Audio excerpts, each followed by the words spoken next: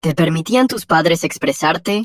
Mi madre nos cobraba dinero por cada palabra que decíamos, comenzando con 1 centavo por palabra cuando tenía 7 años, y aumentando sus tarifas hasta que debíamos miles de dólares que nunca podríamos pagar.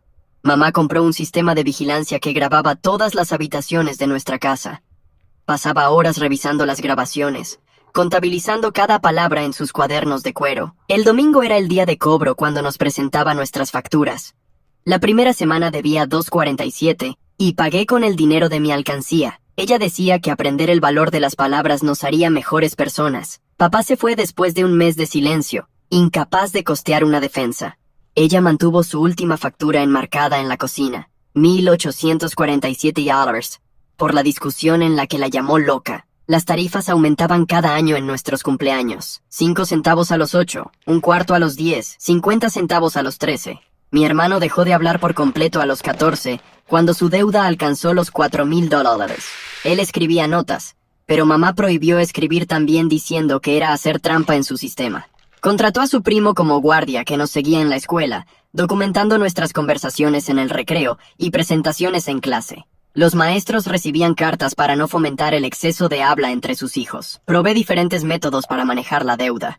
Primero intenté el lenguaje de señas con mi hermano, pero mamá también lo aprendió y cobró el doble por los idiomas extranjeros. Luego ahorré dinero de cumpleaños para pagar lo que debía, pero ella añadía intereses que crecían más rápido de lo que podía ahorrar. Una vez robé uno de sus cuadernos para destruir las pruebas. Ella tenía copias de respaldo, y me cobró $1,000 por manipulación. A los 16 años debía $12,000, y ella comenzó a quedarse con mi salario completo de mi trabajo de medio tiempo. Mi consejera escolar notó que casi no hablaba. Le escribí notas explicándole todo. Ella llamó a los servicios de protección infantil, pero mamá ya había presentado documentos diciendo que yo tenía mutismo selectivo por trauma. Ella mostró recibos de terapias de habla falsas, y mi creciente silencio parecía confirmar su historia. Cuando el trabajador social se fue, mamá añadió una multa de $5,000 por difamación mediante la escritura y me prohibió usar lápices. Se volvió más creativa con los castigos cuando no podíamos pagar. Mi hermano tuvo que estar de pie en la esquina durante 1 hora por cada $100 que debía. Luego se convirtió en dormir en el suelo por días, igualando los miles que debíamos. Nos obligaba a comer solo arroz, 1 grano por cada $1 de deuda perdonada. Nos pusimos más delgados a medida que nuestras deudas crecían. Instaló cerraduras en la nevera y el baño que requerían un pago para abrirlas, $25 para ir al baño, $50 por una ducha, $10 por cualquier cosa de la cocina. Me volví creativo con el silencio, usando gestos y expresiones faciales para comunicarme con mi hermano y los pocos amigos que entendían. Desarrollamos elaborados mimos para necesidades básicas, pero mamá empezó a cobrar también por el movimiento expresivo. $20 por un asentimiento, $50 por señalar, $100 por un pulgar arriba. Instaló más cámaras para capturar cada gesto. Mi hermano empezó a vivir como una estatua, apenas respirando para evitar cargos. Mi compañera de trabajo en el supermercado notó que solo hablaba con los clientes en las frases más cortas posibles.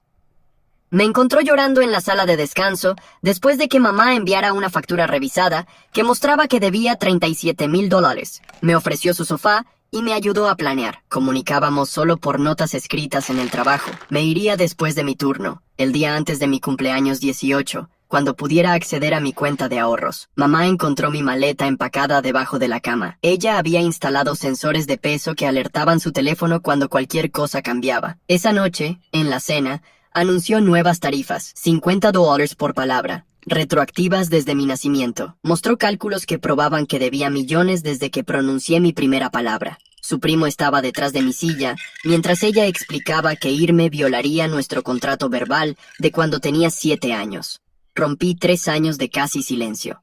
Esto es una locura, dije. 3 palabras, $150. Mamá sonrió y anotó. No puedes cobrarles a los bebés por hablar, continué. 7 palabras más, 350. Mi hermano agitó la cabeza frenéticamente, pero los años de silencio se habían acumulado dentro de mí. Le dije exactamente lo que pensaba de su sistema, sus facturas, su mente retorcida. Cada palabra se sentía como libertad, aunque la veía anotando el costo. Cuando finalmente me detuve, ella calculó el total. $43,000 en nuevos cargos, anunció, más los $37,000 previos. $80,000 en total. Abrió un cajón lleno de herramientas que nunca había visto antes. Equipo dental, instrumentos quirúrgicos. ¿Sabes qué es más barato que cobrar por palabra? Preguntó levantando un bisturí. No tener la capacidad de hablar en absoluto. Mi hermano se levantó de repente y caminó hacia el cajón de la cocina. Sacó un cuchillo y lo puso contra su propia garganta, gesticulando frenéticamente a mamá. Su significado estaba claro. Perdona la deuda o míralo morir. Mamá apenas lo miró. Adelante, dijo. Tu deuda se transfiere a tu hermana. Está en el contrato. Él dejó caer el cuchillo con lágrimas corriendo por su rostro. Ella sacó su teléfono y marcó. Sí, necesito que vengas mañana por la mañana. Trae el kit quirúrgico. Colgó y me miró. El doctor Baker me debe un gran favor. Hemos discutido opciones para niños que se niegan a dejar de hablar a pesar de la carga financiera que están imponiendo a su familia. Finalmente voy a tener algo de paz y tranquilidad. Me lancé sobre la mesa y tomé el cuchillo de las manos temblorosas de mi hermano antes de lanzarlo al fregadero con un fuerte estruendo. La hoja metálica rebotó sobre los platos sucios mientras fijaba mi mirada en la suya y le hice la señal de «confía en mí», con la boca lo más claro que pude. Su rostro se arrugó, pero asintió una vez mientras mamá nos observaba a ambos con esa misma satisfacción fría extendiéndose por su rostro. Ella ya sacaba su teléfono y desplazaba la pantalla buscando el número del Dr. Baker. Sus dedos se movían rápidamente por la pantalla mientras mantenía un ojo en nosotros para asegurarse de que no intentáramos nada más. Escuché cuando presionó el botón de llamada y esperó a que él respondiera mientras mi hermano se hundía en su silla luciendo completamente derrotado. Mamá se giró un poco y escuché fragmentos de su conversación sobre confirmar para mañana por la mañana y asegurarse de que él trajera todo lo que habían discutido. Mis piernas se sentían débiles, pero me forcé a levantarme y caminar hacia mi habitación como si nada estuviera pasando. El primo de mamá se movió para bloquear la puerta principal mientras pasaba y supe que se quedaría allí toda la noche si ella se lo ordenaba. De vuelta en mi habitación, coloqué mi oído contra la puerta y escuché los pasos de mamá dirigiéndose hacia la cocina. Ella seguía en el teléfono y su voz atravesaba las paredes delgadas mientras describía exactamente lo que quería que hiciera. Mis manos temblaban mientras sacaba el viejo teléfono que había escondido dentro de una costura rota de mi colchón hace meses. La pantalla estaba rota, pero aún funcionaba y lo sostuve cerca de la rendija bajo la puerta para grabar su conversación. Ella le hablaba al Dr. Baker sobre el daño permanente a las cuerdas vocales y cómo tenía que parecer un accidente o una complicación médica. Su voz sonaba feliz por primera vez en años, mientras discutía destruir mi capacidad de hablar para siempre. La grabación captó cada palabra, incluso cuando mencionó pagarle $15,000 de mi fondo universitario que ella había estado controlando. Mi estómago dio un vuelco, pero seguí grabando hasta que finalmente colgó y escuché sus pasos acercándose al salón. Guardé el archivo 3 veces en carpetas diferentes. Luego abrí mi aplicación de mensajería donde mi compañera de trabajo y yo habíamos estado planeando durante semanas. Desarrollamos palabras clave para diferentes situaciones y escribí la que habíamos acordado significaba emergencia absoluta. Al instante vi que las burbujas de texto aparecían. Ella respondió que estaría estacionada 2 cuadras más allá, exactamente a las 6 de la mañana con el motor encendido y lista para irse. Borré la conversación y metí el teléfono de nuevo en el colchón antes de ir a revisar mi ventana. El marco parecía normal, pero cuando la subí solo unos centímetros, vi los finos sensores de cables que mamá había instalado a lo largo del riel. Estaban conectados a un pequeño transmisor que seguramente alertaría su teléfono si la ventana se abría más de 3 pulgadas. Revisé la puerta y encontré sensores similares allí, además de una pequeña cámara que no había notado antes apuntando hacia mi cama. Mamá había convertido mi habitación en una celda de prisión mientras estaba en el trabajo, y ahora entendía por qué parecía tan confiada para mañana. La casa estaba completamente en silencio, excepto por el sonido de mamá viendo sus programas en la sala y mi hermano moviéndose en su habitación al lado. Me acosté en la cama, completamente vestida, mirando el reloj en mi teléfono oculto, mientras contaba las horas hasta las 4 de la mañana. Mi corazón latía con fuerza durante todo ese tiempo, pero me forcé a quedarme quieta por si mamá revisaba la cámara. A las 4 exactas me deslicé fuera de la cama y tomé el gancho de alambre que había escondido debajo de mi escritorio antes. El baño estaba al otro lado del pasillo, y sabía que su sensor de movimiento era muy sensible debido a todas las veces que se había activado accidentalmente. Deslicé el gancho bajo la puerta y comencé a agitarlo de un lado a otro para activar el sensor del baño repetidamente. El pitido comenzó de inmediato y escuché la puerta del dormitorio de mamá abrirse mientras ella salía a ver qué estaba pasando. En el momento en que pasó por mi puerta hacia el baño, tomé el rollo de cinta adhesiva de mi cajón de escritorio y cuidadosamente coloqué tiras sobre los sensores de la ventana para mantenerlos en su lugar. Mamá maldecía por el sensor del baño, tratando de averiguar por qué seguía sonando, mientras yo subía lentamente la ventana por completo. La cinta mantuvo los sensores cerrados para que no se activaran, y tomé mi teléfono antes de subir al alféizar de la ventana. La caída hasta los arbustos era de unos 8 pies, e intenté colgarme del borde para reducir la distancia, pero mis manos sudorosas resbalaron. Caí fuertemente sobre los arbustos espinosos con un gruñido que me quitó el aliento. El perro del vecino comenzó a ladrar como loco desde su patio trasero, pero ya estaba empujándome hacia arriba y corriendo hacia la calle. Me dolía el tobillo por la caída, pero me forcé a seguir moviéndome a pesar del dolor. Sangre bajaba por mis brazos de los rasguños de las espinas, pero no me detuve a revisar qué tan mal estaba. Llegué a la esquina justo cuando vi las luces de los faros aparecer desde la dirección de nuestra casa. El coche del primo de mamá se detuvo justo donde yo estaba y vi cómo comenzaba a abrir la puerta. Pero entonces el coche de mi compañera de trabajo apareció a gran velocidad desde la dirección opuesta con la puerta del pasajero ya abierta. Me lancé dentro mientras el coche aún estaba en movimiento y ella pisó el acelerador antes de que pudiera cerrar la puerta. El primo de mamá todavía estaba saliendo de su coche mientras lo pasábamos a 50 por hora en una zona residencial. Mi compañera de trabajo no redujo la velocidad hasta que dimos 4 giros diferentes y nos alejamos completamente del vecindario. Entró en su complejo de apartamentos y estacionó en un lugar detrás de los contenedores de basura, donde su coche no podía ser visto desde la carretera.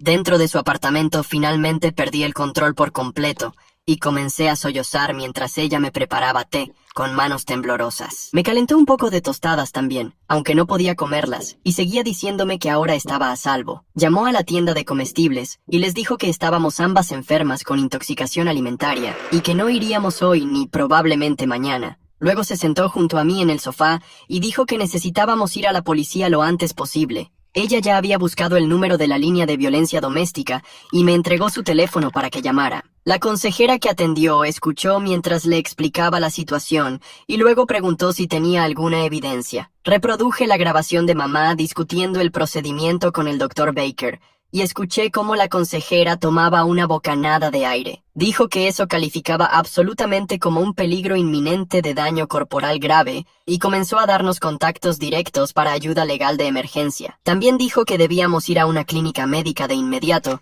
para documentar cualquier lesión o problema de salud derivado del abuso. Mi compañera de trabajo nos llevó a la clínica de urgencias cerca de su apartamento, donde el médico pasó más de 1 hora examinándome. Documentó que había perdido 23 libras en el último año y mostraba signos de deshidratación y malnutrición. Tomó fotos de las marcas rojas en mis muñecas de cuando mamá me las había atado con cintas el mes pasado, después de que no pude pagar la tarifa del baño. Los rasguños de los arbustos fueron limpiados y vendados, mientras ella hacía notas sobre mi tobillo, que se había hinchado bastante. Dijo que mis síntomas de ansiedad eran graves y escribió todo sobre el sistema de abuso financiero que mamá había creado. Mi compañera de trabajo nos llevó directamente a la estación de policía después de la visita a la clínica, y la sala de espera estaba llena de gente presentando informes y discutiendo sobre multas de estacionamiento. Caminé hacia el mostrador con el teléfono en la mano, con la grabación lista, y cuando reproduje la voz de mamá diciendo que quería que mis cuerdas vocales se dañaran permanentemente, la expresión del sargento de la oficina pasó de aburrido a sorprendido en apenas 2 segundos. Tomó su teléfono y llamó a alguien. Luego se levantó y nos guió a una pequeña habitación con una mesa y 4 sillas. La detective Isadora Hinton entró 5 minutos después con una libreta amarilla y un grabador digital, y pasó las siguientes 3 horas preguntándome sobre todo desde cuándo empezó a cobrar por las palabras hasta cómo funcionaban los candados del baño. Escribió cada detalle sobre las cámaras de vigilancia, los libros de cuentas de cuero que mamá mantenía, cuánto costaba cada palabra a diferentes edades y cómo el primo de mamá nos seguía hasta la escuela para contar nuestras conversaciones. Le mostré fotos en mi teléfono de los libros de cuentas que logré tomar antes de que mamá me atrapara, y ella seguía negando con la cabeza diciendo que en 20 años de trabajo policial nunca había escuchado de padres que cobren a sus hijos por hablar. Pidió el contacto de mi compañera de trabajo y la llamó ahí mismo en la sala de entrevistas, poniéndola en altavoz para que pudiera confirmar cómo me vio quebrarme en el trabajo ayer y cómo apenas hablaba con los clientes. Mi compañera de trabajo le contó sobre cómo me encontró llorando en la sala de descanso y cómo habíamos estado planeando mi escape durante semanas usando solo notas escritas. La detective Hinton comenzó a llenar los papeles para una orden de protección de emergencia mientras explicaba que esto detendría a mamá de acercarse o contactarme hasta que un juez pudiera escuchar todo el caso. Después de que terminamos en la estación, mi compañera de trabajo nos llevó a la escuela de mi hermano porque necesitaba saber que él estaba bien. Pero cuando llegamos a la oficina principal, la secretaria dijo que mamá lo había llamado enfermo esa mañana. Me costaba respirar solo de pensar en él, solo en esa casa con ella, después de lo que había hecho al escapar. La secretaria no nos dio más información sobre si había ido a la escuela recientemente o si los maestros habían notado algo raro. Salimos de la escuela y fuimos directamente a la oficina de asistencia legal, donde la abogada Hinton nos estaba esperando, y ella dijo de inmediato que no era pariente de la detective, aunque tuvieran el mismo apellido. Extendió papeles en blanco sobre su escritorio y comenzó a escribir rápido mientras le explicaba todo de nuevo, redactando documentos para una orden de restricción temporal y una petición de custodia de emergencia para sacar a mi hermano de esa casa. Dijo que la grabación de mamá planeando la cirugía era la evidencia más fuerte que había visto en un caso de abuso infantil y que teníamos una verdadera oportunidad de sacarlo de allí inmediatamente. Mientras estábamos en su oficina, mi teléfono comenzó a vibrar sin cesar con llamadas del número de mamá, y cuando finalmente escuché un mensaje de voz, estaba gritando sobre que yo le robaba a ella y cómo le debía $80,000 que esperaba que pagara de inmediato. La abogada me dijo que guardara cada mensaje, pero que no respondiera ni contestara nada, porque mamá podría usar mis palabras en mi contra en la corte. Descargó todos los mensajes de voz en su computadora como evidencia y hizo copias de respaldo en un USB que guardó en su archivador.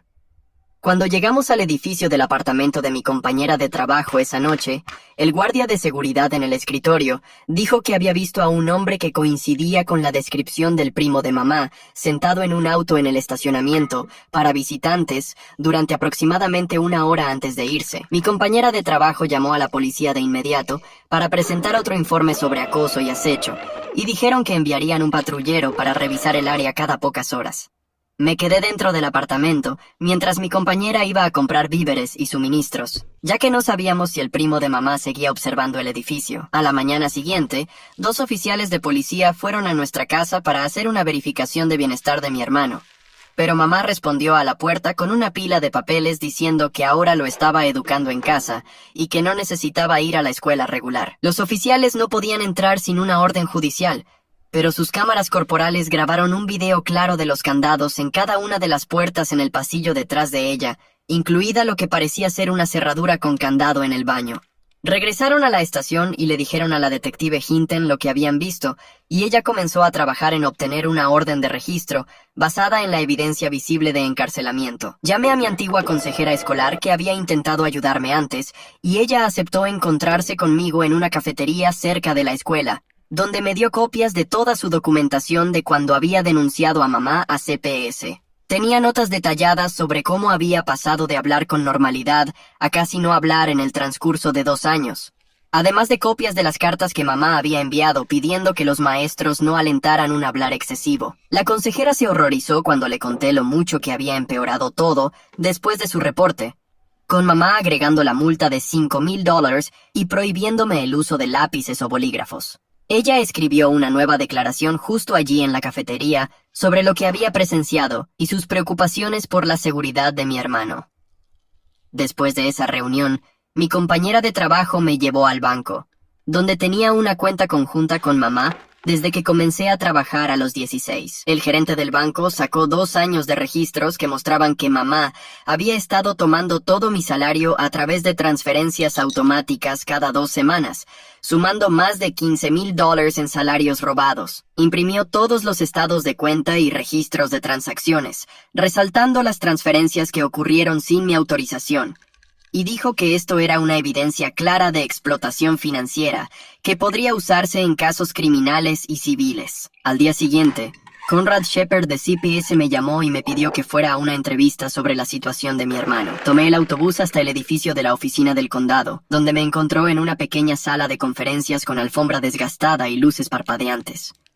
Ya tenía un expediente grueso con mi nombre en la pestaña y comenzó a tomar notas en cuanto me senté. Le mostré fotos en mi teléfono de las cerraduras, los libros de contabilidad que había logrado fotografiar antes de irme, y le puse el audio de mi mamá hablando sobre la cirugía. Su pluma dejó de moverse cuando escuchó que ella decía que quería que mis cuerdas vocales fueran dañadas permanentemente. Me hizo preguntas detalladas durante 2 horas sobre el sistema de pago, las tarifas crecientes, cuánto tiempo había estado ocurriendo. Le expliqué sobre contar el arroz, las cerraduras del baño, dormir en el suelo según la deuda que se debía. Anotó cada detalle negando con la cabeza cuando le conté que mi mamá le cobraba a mi hermano $100 por palabra ahora. Dijo que en 20 años de trabajar en casos de abuso financiero, nunca había visto a padres cobrarle a sus propios hijos por comunicarse de forma básica. Antes de que me fuera, hizo copias de todas mis pruebas y dijo que presentaría una petición de emergencia ante el tribunal. 2 días después, mi abogada me llamó diciendo que el juez había revisado todo y quería vernos de inmediato. Corrimos al tribunal donde el juez Harrison nos esperaba en su despacho con una pila de documentos. Ya había firmado una orden de restricción temporal que prohibía que mi mamá se acercara a mí a menos de 500 pies o se contactara conmigo de cualquier manera. También agregó una disposición especial que prohibía cualquier procedimiento médico a mi hermano mientras continuaba la investigación. La orden se entregaría a mi mamá en unas horas y duraría 30 días hasta la audiencia completa. Mi abogada explicó que violarla significaría arresto inmediato y posible tiempo en prisión. Sentí mi pecho relajarse por primera vez en días, sabiendo que había protección legal. 3 días después de eso, no pude soportar no saber cómo estaba mi hermano, así que fui a su escuela durante el almuerzo. Esperé junto a la cerca donde solíamos encontrarnos cuando aún iba allí e hice nuestra vieja señal tocando 3 veces el poste de metal. Debió estar observando porque apareció en minutos más delgado que antes, con círculos oscuros bajo los ojos. Señaló la oficina de la enfermera y entendí que quería que lo encontrara allí. La enfermera de la escuela, la señora Phillips, nos permitió usar su sala de atrás y no hizo preguntas cuando mi hermano comenzó a escribir en lugar de hablar. Su letra temblorosa explicaba que mamá había subido las tarifas a $100 por palabra, después de que yo escapara. Llevaba 6 noches durmiendo en el suelo del sótano porque su deuda ahora era de más de $6,000. Levantó su camisa para mostrar los moretones en sus costillas por el concreto del suelo, y la señora Phillips se quedó sin aliento sacando inmediatamente su cámara. Documentó cada moretón, su pérdida de peso de 15 libras en 2 semanas, y los cortes en sus pies por no poder usar zapatos como otro castigo. Mi hermano escribió que ahora solo comía la cena, porque el desayuno costaba $50 y el almuerzo $75. La señora Phillips llamó al director mientras tomaba fotos y en menos de 1 hora teníamos un informe médico completo documentando malnutrición y abuso físico. Mi abogada tomó los registros médicos esa misma tarde y presentó mociones de emergencia adicionales ante el tribunal. Incluyó la declaración de la señora Phillips, las fotos de las lesiones de mi hermano y su testimonio escrito sobre la tarifa de $100 por palabra. La moción pedía la eliminación inmediata de la casa y la colocación en un hogar de crianza temporal. También presentó cargos por puesta en peligro infantil y desnutrición ante la fiscalía. A la mañana siguiente, un servidor de proceso entregó un sobre grueso en el apartamento de mi compañera de trabajo. Dentro había una carta de cese y desistimiento del abogado de mi mamá, afirmando que la estaba difamando y violando nuestro contrato verbal desde cuando tenía 7 años. La carta exigía que detuviera todos los procedimientos legales y pagara los $80,000 que debía más otros $20,000 en daños por difamación. Mi abogada se rió cuando la leyó diciendo que era la amenaza legal más ridícula que había visto.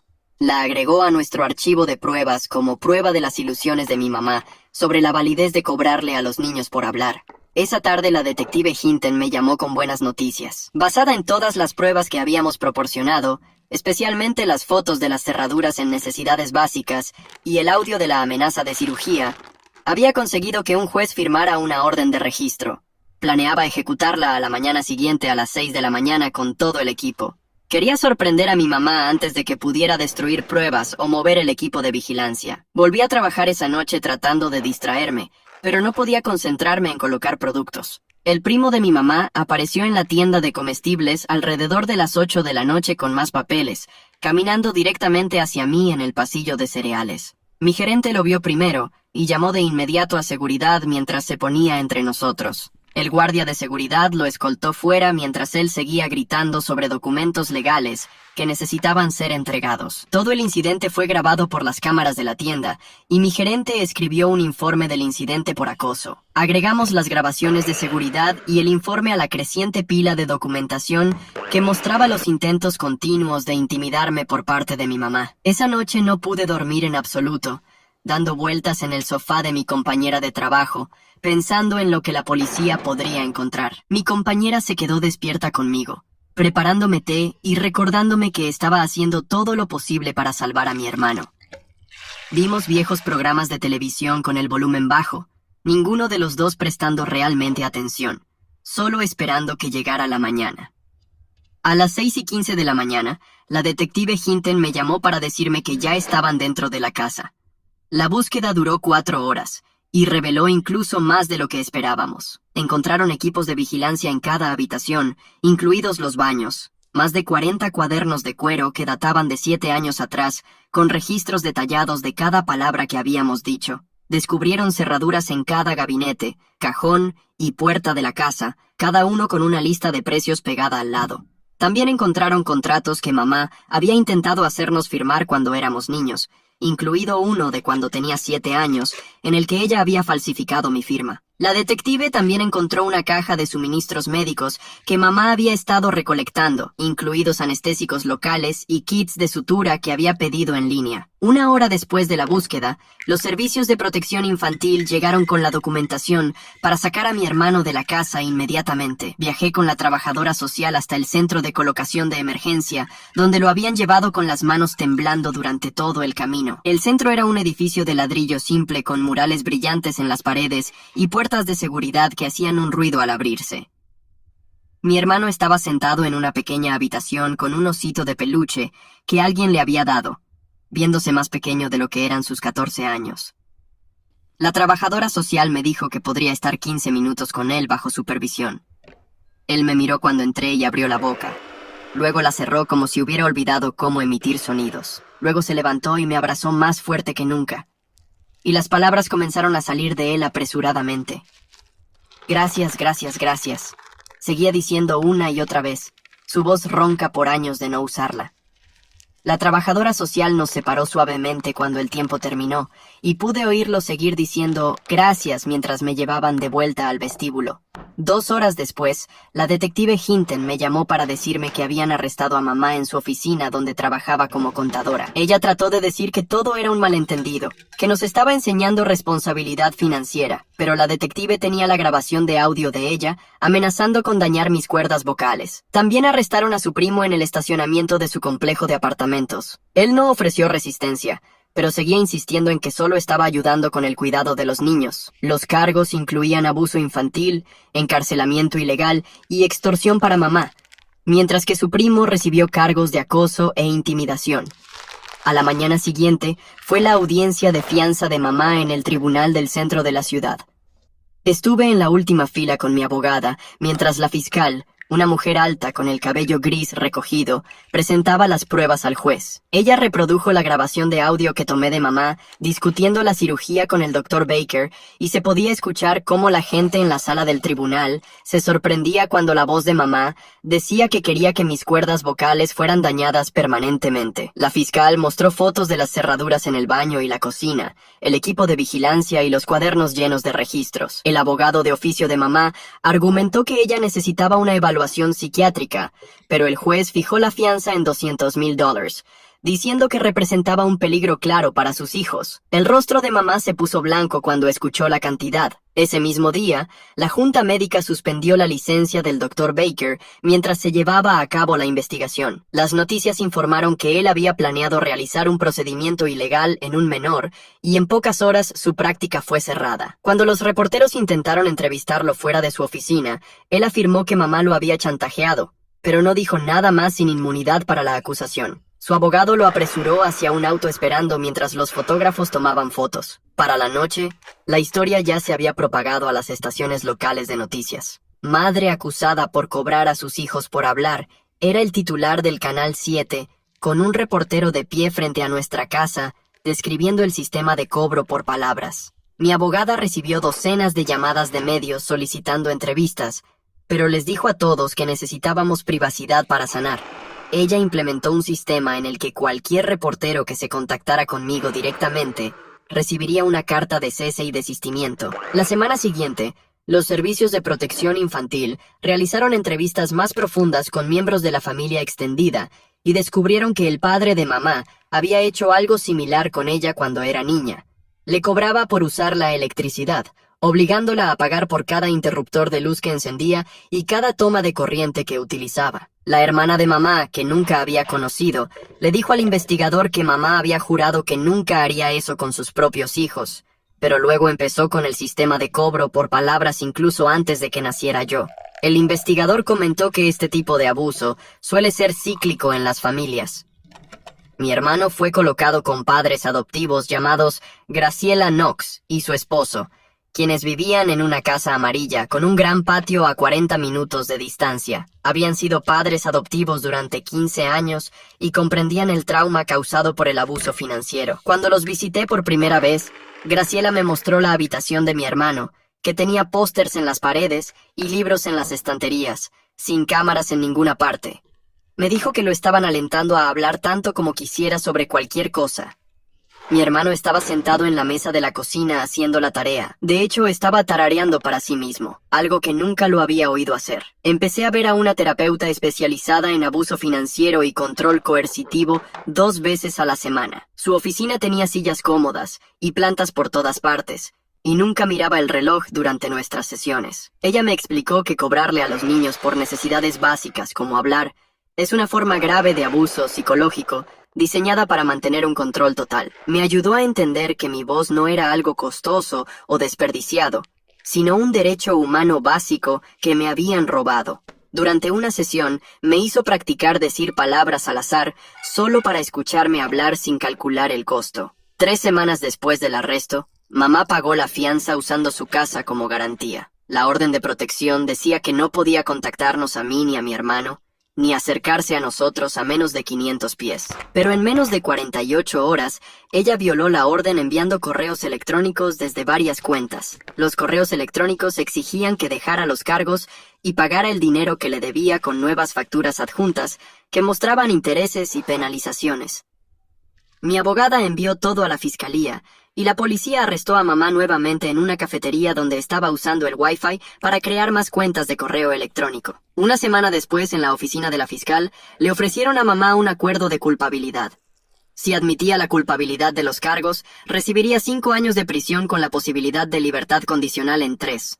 Su abogado, un hombre cansado con un traje arrugado, le aconsejó fuertemente que aceptara, explicándole que si iba a juicio y perdía, podría recibir 15 años. Pero mamá se negó, insistiendo en que no había hecho nada malo y que nos estaba enseñando lecciones valiosas sobre el valor de las palabras. La fiscal suspiró y dijo que la verían en juicio. 2 semanas después, la coordinadora de servicios para víctimas me llamó sobre los fondos de compensación mientras estaba trabajando en el supermercado. Me explicó que el Estado tenía un programa para terapia y gastos médicos para las víctimas de abuso. La solicitud tomó 3 horas para completar con toda la documentación que necesitaban. Querían copias de los informes policiales, registros médicos y recibos de cualquier gasto que ya hubiera pagado. Mi compañera de trabajo me ayudó a organizar todo en una carpeta. La carta de aprobación llegó un mes después por $2,500, lo cual no era mucho, pero significaba que podía pagar por mi propia terapia sin sentirme una carga. Mi hermano y yo comenzamos a tener visitas supervisadas 2 veces a la semana en el Centro de Servicios Familiares en el centro de la ciudad. En la primera visita, simplemente nos quedamos allí sin saber qué decir, sin contar los costos. La trabajadora social sugirió que habláramos de cosas normales, como lo que veíamos en la televisión. Mi hermano me habló de un dibujo animado que le gustaba, y yo hablé sobre una película que había visto. Practicamos tener conversaciones normales sobre comida que queríamos probar o chistes que escuchamos en la escuela. Cada visita se volvía un poco más fácil y hablábamos un poco más. La detective me llamó una mañana con noticias que me dejaron el estómago en un nudo. Ella había estado revisando los registros financieros de mamá y había encontrado tarjetas de crédito a mi nombre de las que nunca supe. 3 tarjetas diferentes con un total de $30,000 en deuda. Mamá había estado usando mi número de seguro social desde que tenía 12 años. La detective dijo que íbamos a añadir robo de identidad y fraude a los cargos en su contra. Necesitaba que presentara informes con las compañías de tarjetas de crédito y firmara declaraciones diciendo que nunca abrí esas cuentas. 3 meses después de escapar por esa ventana del dormitorio, me senté en una sala con 23 personas en el gran jurado. La fiscal me había preparado, pero mis manos seguían temblando mientras les contaba todo. Hablé en frases completas sobre los años de silencio, los libros de contabilidad y los candados en el baño. Me hicieron preguntas sobre las cámaras de vigilancia y el sistema de pago. Un jurado quiso saber si realmente tenía que pagar para usar el baño. Les conté sobre aguantar las ganas durante horas hasta que me oriné porque no podía pagar los $25. Otro preguntó sobre el castigo del arroz y expliqué que comía un grano por cada $1 de deuda perdonada. La fiscal les mostró fotos de los candados y los libros de contabilidad y reprodujo la grabación de mamá planeando dañar mis cuerdas vocales. Después de 2 horas de testimonio, votaron para acusarla de todos los cargos. El juez fijó la fecha del juicio de mamá para 6 meses después, en la siguiente audiencia judicial. Su nuevo abogado, el cuarto que había contratado, argumentó que necesitaba una evaluación psicológica. Primero afirmó que tenía un trastorno delirante y no comprendía que sus acciones estaban mal. La fiscal se levantó y dijo que los libros de contabilidad detallados de mamá y su planificación cuidadosa mostraban que sabía exactamente lo que estaba haciendo. El juez estuvo de acuerdo con la fiscal, pero ordenó la evaluación psicológica de todos modos. Mamá se quedó allí tomando notas todo el tiempo, como si estuviera sumando palabras nuevamente. Un mes después me mudé a un pequeño estudio con una chica del trabajo que necesitaba una compañera de cuarto. El lugar era pequeño y la cocina apenas cabía para 2 personas. Pero era mío. No había cámaras viéndome, ni sensores bajo la cama, ni candados en los gabinetes. Podía abrir la nevera cuando quisiera y usar el baño sin pagar. Esa primera noche encendí todas las luces y abrí todas las puertas de los gabinetes solo porque podía. Mi compañera de cuarto probablemente pensó que estaba rara, pero no dijo nada. Mi hermano comenzó a ir a la escuela regularmente nuevamente, con apoyo en educación especial para su recuperación del mutismo selectivo. Los padres adoptivos se reunieron con sus maestros para explicar su situación y prepararon un plan educativo individualizado que le permitía escribir respuestas en lugar de hablar al principio. Su maestro de matemáticas lo llamó brillante y dijo que resolvía problemas más rápido que cualquier otro en la clase. Todavía dudaba antes de hablar y a veces se quedaba en silencio por horas, pero estaba mejorando. El consejero escolar enviaba informes semanales diciendo que estaba haciendo amigos e incluso se unió al club de ajedrez. Luego, papá llamó al trabajo un día después de ver la historia en las noticias. Su voz sonaba más vieja y cansada cuando dijo que sentía mucho habernos dejado con ella. Habló sobre la culpa que llevaba y cómo debería haber luchado más. Ofreció ayudar con dinero o cualquier cosa que necesitáramos. No estaba listo para perdonarlo por abandonarnos, pero acepté una llamada telefónica a la semana. Me dijo que había estado ahorrando dinero para pagar la manutención de los hijos que debía y quería usarlo para nuestra terapia. El contador forense que contrató la fiscal pasó semanas revisando todos los libros contables y recibos de mamá. Calculó cada cargo desde que tenía 7 años hasta que escapé a los 17. El total llegó a más de $300,000 en tarifas por hablar que mamá nos había cobrado. El número parecía imposible, pero el contador me mostró las cuentas. 10 años de cargos diarios sumados más los intereses y las penalidades que mamá inventó. La deuda de mi hermano era más de $150,000 por sí sola. El contador dijo que nunca había visto algo igual en 30 años de investigar crímenes financieros. El primo de mamá fue arrestado nuevamente por violar la orden de restricción cuando se presentó en mi edificio. Su abogado contactó a la fiscal al día siguiente para hablar sobre un acuerdo de culpabilidad. Él aceptó testificar contra mamá a cambio de libertad condicional en lugar de tiempo en prisión. Les contó sobre el sistema de pago que mamá tenía para sus servicios de vigilancia. $50 al día más bonos por informes detallados. Describió cómo nos seguía a la escuela y grababa nuestras conversaciones durante el almuerzo. Admitió haber intimidado a nuestros maestros cuando intentaron ayudarnos. Incluso tenía recibos que mamá le dio para fines fiscales, mostrando que le pagó más de $40,000 para espiar a sus propios hijos. La fiscal tomó toda esta evidencia y comenzó a construir el caso mientras yo me registraba en clases de la universidad comunitaria que comenzarían en el otoño. Elegí trabajo social porque quería ayudar a niños como nosotros que nadie creía. La señora de registro en la universidad me ayudó a llenar formularios para asistencia financiera y programas de trabajo-estudio. Mi primera clase fue Introducción a la Psicología, y el profesor pidió que todos se presentaran el primer día. Me levanté y hablé durante 30 segundos sobre por qué estaba allí. Mi voz temblaba, pero se fue fortaleciendo con cada palabra. Otros estudiantes asentían cuando mencioné haber sobrevivido a un trauma familiar y querer ayudar a otros. El profesor alentó a todos a hablar durante las discusiones y me obligué a levantar la mano al menos una vez por clase. Mi compañera de trabajo me llevaba al campus 3 días a la semana y yo trabajaba en el supermercado los otros 4 días. Mientras tanto, los padres adoptivos de mi hermano presentaron los papeles para convertirse en sus tutores permanentes después de 3 meses de que él viviera con ellos. Lo trajeron a visitarme a mi departamento y me dijo que quería quedarse con ellos. Me dolió escucharlo llamarlos mamá y papá ya, pero vi cuánto peso había ganado y cómo sonreía ahora. Ellos tenían una casa grande con una piscina y 2 perros, y lo dejaban hablar tanto como quisiera sin llevar cuenta. La mamá adoptiva me mostró sus boletas de calificaciones con sobresalientes en todas las materias y fotos de su fiesta de cumpleaños con nuevos amigos. Firmé los papeles aceptando la tutoría, aunque sentía una presión en el pecho, viéndolo construir una nueva familia sin mí. Durante los meses previos al juicio, el equipo de la fiscal investigó más a fondo el pasado de mi madre y encontró cosas sorprendentes. Ella había contactado a 7 médicos diferentes antes de encontrar al Dr. Baker, preguntando sobre procedimientos para dañar las cuerdas vocales. 6 de ellos la denunciaron ante los colegios médicos y la policía, pero nunca pasó nada porque usaba nombres diferentes cada vez. Un médico guardó grabaciones de sus llamadas telefónicas, donde le ofreció $20,000 para realizar la cirugía. Otro médico había escrito a los servicios sociales, advirtiendo sobre una madre que intentaba silenciar permanentemente a sus hijos. La fiscal también encontró las compras en línea de mi madre de equipos médicos y libros sobre cirugía de cuerdas vocales.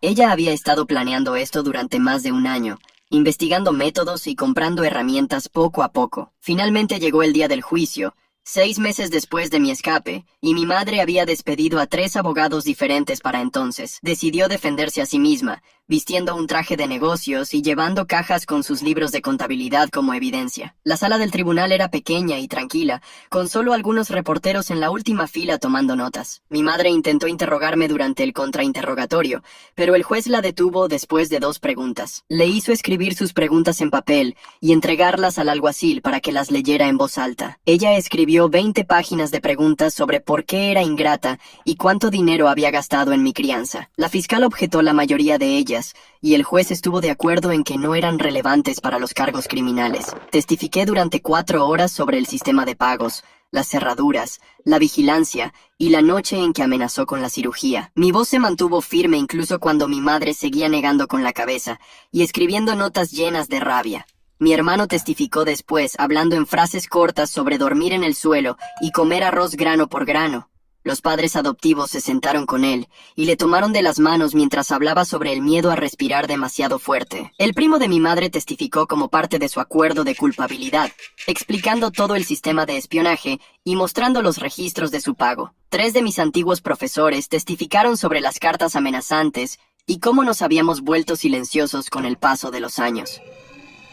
La consejera escolar presentó toda su documentación sobre el intento de ayudarnos y cómo había sido bloqueada por las mentiras de mi madre. 2 de los médicos a los que mi madre se acercó testificaron sobre sus solicitudes para realizar la cirugía ilegal y el dinero que ofreció. El Dr. Baker subió al estrado esposado, ya arrestado por cargos de conspiración. Admitió que mi madre tenía pruebas en su contra sobre fraude con recetas y la amenazó con denunciarlo a menos que la ayudara. La contadora forense presentó grandes gráficos mostrando los $300,000 en deudas falsas que mi madre había creado. Explicó cómo el sistema de mi madre violaba las leyes laborales infantiles, las leyes de extorsión y las normativas de fraude. Un psicólogo infantil testificó sobre el trauma severo causado por el abuso financiero y el silencio forzado. Dijo que mi hermano y yo mostrábamos signos de trastorno de estrés postraumático complejo debido a años de tortura sistemática. Después de 3 días de testimonios, el jurado se retiró a deliberar mientras esperábamos en el pasillo. Mi hermano se sentó junto a mí,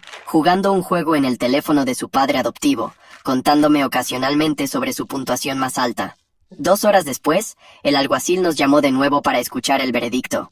El presidente del jurado se levantó y leyó el veredicto de culpabilidad en todos los 14 cargos, incluidos abuso infantil, encarcelamiento ilegal, extorsión y conspiración. Mi madre no reaccionó en absoluto. Solo siguió escribiendo en su cuaderno como si aún estuviera sumando nuestras palabras.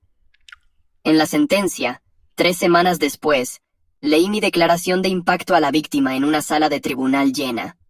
Hablé por 20 minutos sin detenerme, sin contar, sin preocuparme por el costo de mis palabras.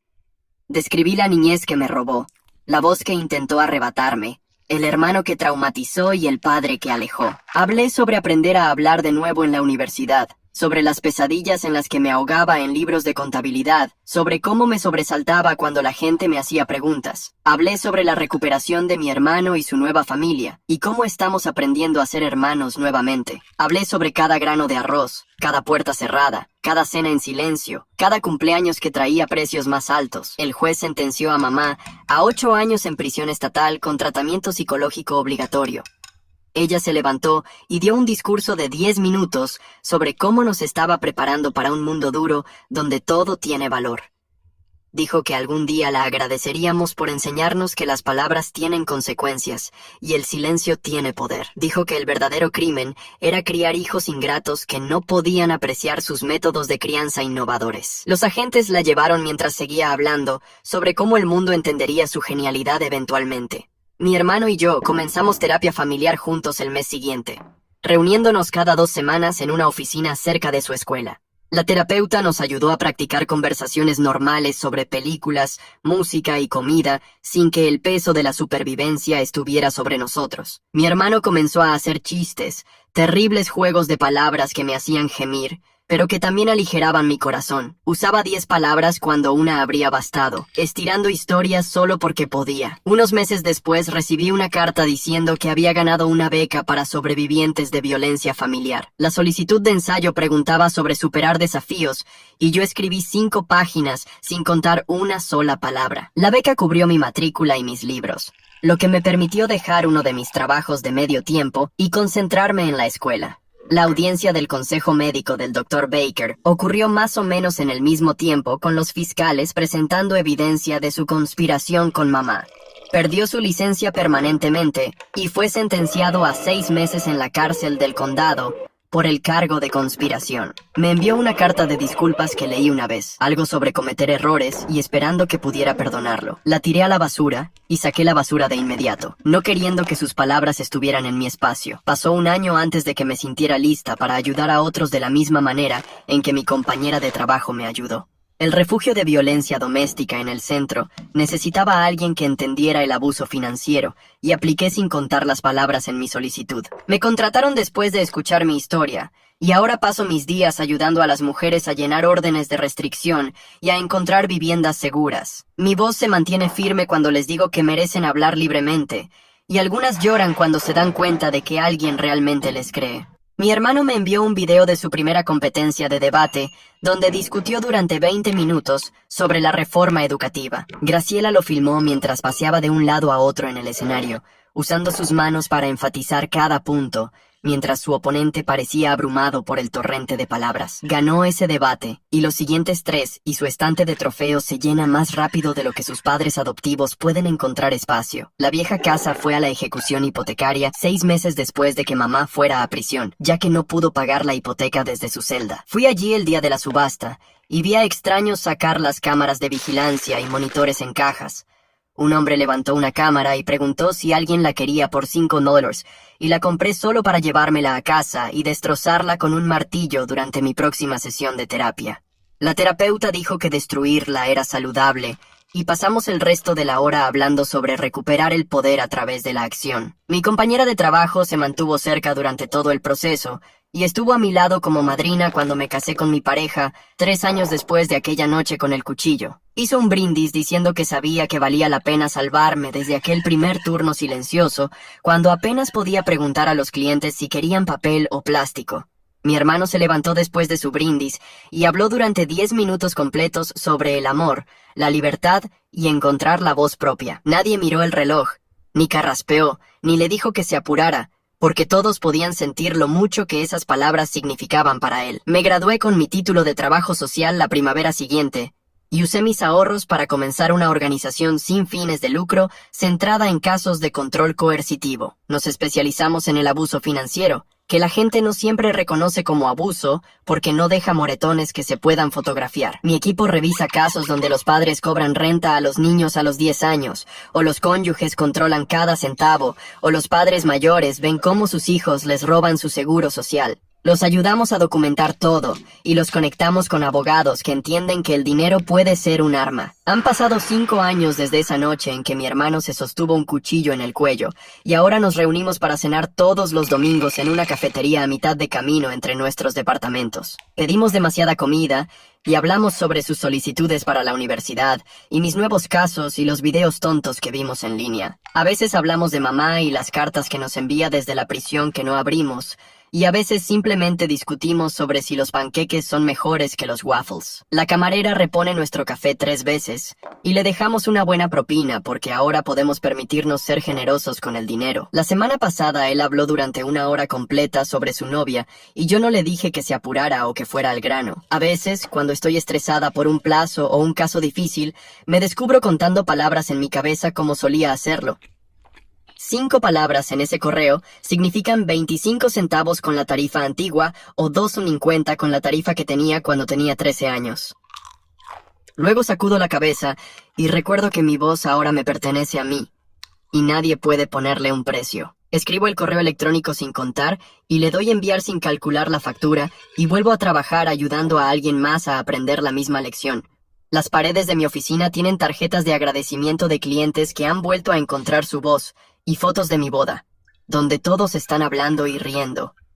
La foto de graduación de mi hermano está en mi escritorio, y en ella está a mitad de una frase explicando algo a la cámara, con sus manos moviéndose y su rostro animado. Los libros de cuentas de mamá son evidencia en una unidad de almacenamiento en algún lugar, y espero que se queden allí para siempre acumulando polvo. Las cerraduras que ella instaló fueron retiradas por los nuevos dueños, quienes probablemente nunca supieron por qué había sensores en cada puerta y ventana. El Dr. Baker trabaja ahora en una ferretería, según alguien que lo reconoció y me dijo que lo vio mezclando pintura. A veces hablo en conferencias para sobrevivientes y cuento nuestra historia sin apresurarme, sin contar ni preocuparme por el costo. La gente me pregunta cómo sobrevivimos y les digo que casi no lo hicimos, pero encontramos personas que nos creyeron. Me preguntan si perdono a mi mamá y les digo que el perdón no es necesario para sanar. Me preguntan si la cuenta alguna vez para y les digo que se vuelve más silenciosa con el tiempo hasta que casi ni te das cuenta de ella. Mi voz es mía y es libre y la uso todos los días.